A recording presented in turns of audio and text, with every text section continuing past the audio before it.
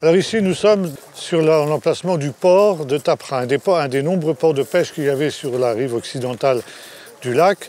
Et vous pouvez très bien ici voir les jetées du lac. Regardez là-bas, là où sont les gens, vous avez cette jetée qui s'avance dans la mer. Vous la devinez sous l'eau, ça fait une espèce de demi-cercle comme ça. Et ça vient à peu près à ce niveau-là pour rejoindre ici l'autre jetée que vous avez sur la droite, qui elle aussi s'avance dans la mer et qui délimite l'entrée du port. Donc c'était un port qui était protégé. Et vous avez ici ce qu'on appelle une promenade avec des pierres de basalte qui rejoint cet endroit-là et qui se prolonge jusqu'à Capernaum. De telle sorte que Tapra était en réalité l'avant-port de Capernaum. Et là, vous avez des scènes évangéliques nombreuses qui se sont réalisées dans cet endroit-là. La première, c'est quand Jésus arrive depuis Nazareth et qu'il va appeler les premiers disciples, ici, à Tapra. Comme il marchait le long de la mer, il vit Jean, Jacques, les fils de Zébédée qui étaient là dans une barque et il les appelle en disant « Suivez-moi, je vous ferai pêcheurs d'hommes ». On a lu ce matin le texte où Jésus rencontre des disciples qui sont en train de nettoyer et de laver le filet, qui peut faire jusqu'à 200 mètres de long. Et après une séance de pêche, en général, le filet était un peu endommagé, plus ou moins, ça dépendait des obstacles qu'il rencontrait dans la mer. Et quand la pêche était terminée, on tirait le filet sur la terre, on l'étalait pour le sécher et éventuellement pour le réparer. Il fallait évidemment une grande surface pour étaler un filet, plusieurs filets, s'il y avait plusieurs entreprises de pêche qui se trouvaient dans le même port. Il fallait une grande surface pour pouvoir étaler les filets. Et c'était sur la promenade que ça se passait. Donc l'appel des disciples de Jésus a eu lieu là-bas. Donc on est vraiment ici dans un lieu absolument évangélique. On est dans une région ici volcanique et par conséquent il y a des eaux thermales, des eaux chaudes qui se déversent dans le lac directement en sortant de la montagne. Si bien qu'ici, ça donne un des endroits les plus chauds du lac. Et ça permet aux poissons de venir se réfugier là l'hiver. On a vu que les poissons du lac sont des poissons qui sont essentiellement des poissons de type tropicaux, le tilapia par exemple. L'été, ça va très bien, ils sont tout à fait à l'aise ici. L'hiver, c'est un peu moins, parce que c'est quand même pas tout à fait le climat tropical. Et les poissons se rassemblent ici donc l'hiver, et notamment l'hiver, c'est le moment où le poisson vient frayer. Et par conséquent, c'est un des endroits les plus poissonneux du lac. Et c'est la raison pour laquelle on pense que c'est dans cet endroit-là qu'a eu lieu la pêche miraculeuse.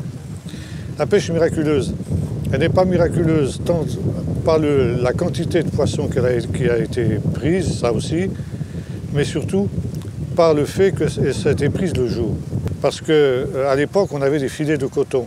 Et les filets de coton sont visibles. L'eau est tellement transparente que le poisson voit venir le filet. Donc quand le jour est levé, à l'époque, on n'avait aucune chance de pouvoir pêcher le moindre poisson. Le poisson s'enfuyait avant que le filet ait réussi à l'atteindre. Aujourd'hui, on n'a plus ces problèmes-là parce qu'on a des filets de nylon. Si bien que le poisson ne voit pas venir le filet. Mais à l'époque, c'était quelque chose d'important. Et là donc, on est dans ce site qui était le site de la pêche miraculeuse. Donc il s'est avancé, voyez-vous, il s'est avancé dans la mer, sur la barque. Pourquoi? Parce que l'eau porte la voix comme une espèce de haut-parleur naturel. Et après, donc, il a demandé à ses disciples de jeter le filet dans la mer alors que le jour était levé depuis très longtemps. Donc c'est un des endroits les plus poissonneux du lac.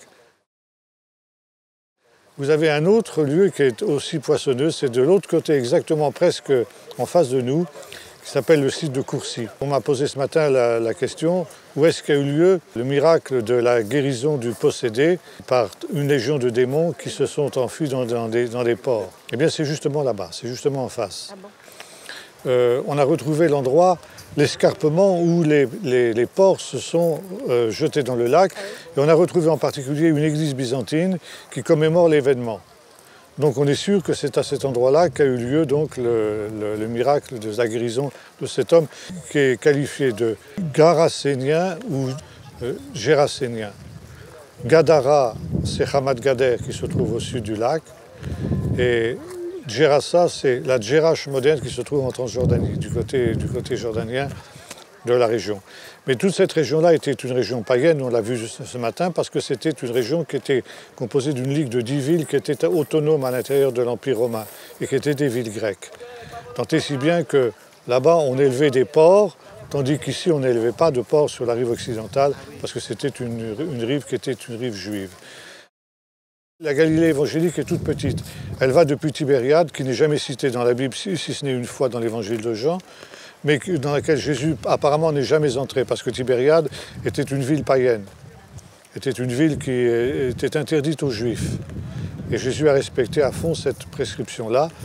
Donc ça va depuis Tibériade, Magdala disons plus exactement, jusqu'à Courcy. Ça c'est le pays évangélique. Donc c'est tout petit. Voyez-vous, quand on lit l'Évangile, on a l'impression que Jésus faisait des dizaines, voire des centaines de kilomètres, mais voyez-vous, c'est tout petit. Maintenant, dernier point, vous avez une petite chapelle là-bas, dans laquelle est enchâssé un rocher. Selon une tradition qui remonte à l'époque des croisés, vous savez, les croisés, ils se déplaçaient à pied ou ils se déplaçaient à cheval. Alors pour réduire les frais de déplacement, ils ont tout rassemblé les lieux saints dans un même périmètre. Et là, vous avez donc un petit peu plus bas, vous avez l'endroit de la multiplication des pains. Et ici, vous avez l'endroit de la deuxième pêche miraculeuse. La première pêche, la deuxième pêche miraculeuse, où Jésus a récupéré, ou plutôt Pierre a récupéré les 153 grands poissons dont on parlait ce matin. Et là, il a donc entendu Jésus lui dire à 3 reprises, « Paie mes brebis ». Et on appelle ça la primauté de Pierre. Les catholiques appellent ça la primauté de Pierre. Et dans cette chapelle, vous avez un rocher qui est enchâssé, qu'on appelle Mensa Christi. En latin, ça signifie la table du Christ. C'est l'endroit où Jésus avait préparé le repas pour ses disciples au moment de la pêche miraculeuse. Et sur la droite, dans un jardin, vous avez une statue qui représente Jésus disant à Pierre, « Tu es Pierre », etc. Donc c'est ce qu'on appelle l'Église, la primauté de Pierre. Alors que faut-il penser de ces traditions? C'est du bidon pur et simple. Parce que la multiplication n'a pas pu avoir lieu ici. Il nous est dit dans l'Évangile que la multiplication des pains a eu lieu dans un endroit désert. Or ici, ça n'était pas un endroit désert, c'était un lieu surpeuplé au contraire. Donc c'est une tradition ici qui n'est pas biblique. Et mon ami Madeleine Noun pensait que la multiplication des pains avait eu lieu de l'autre côté du lac, dans la région au-delà de Bethsaïda, ce qu'on appelle le désert de Bethsaïda. Quant à la deuxième pêche miraculeuse, ce n'est pas impossible, mais gros point d'interrogation. Par contre, la première pêche miraculeuse a eu lieu ici, ça c'est sûr.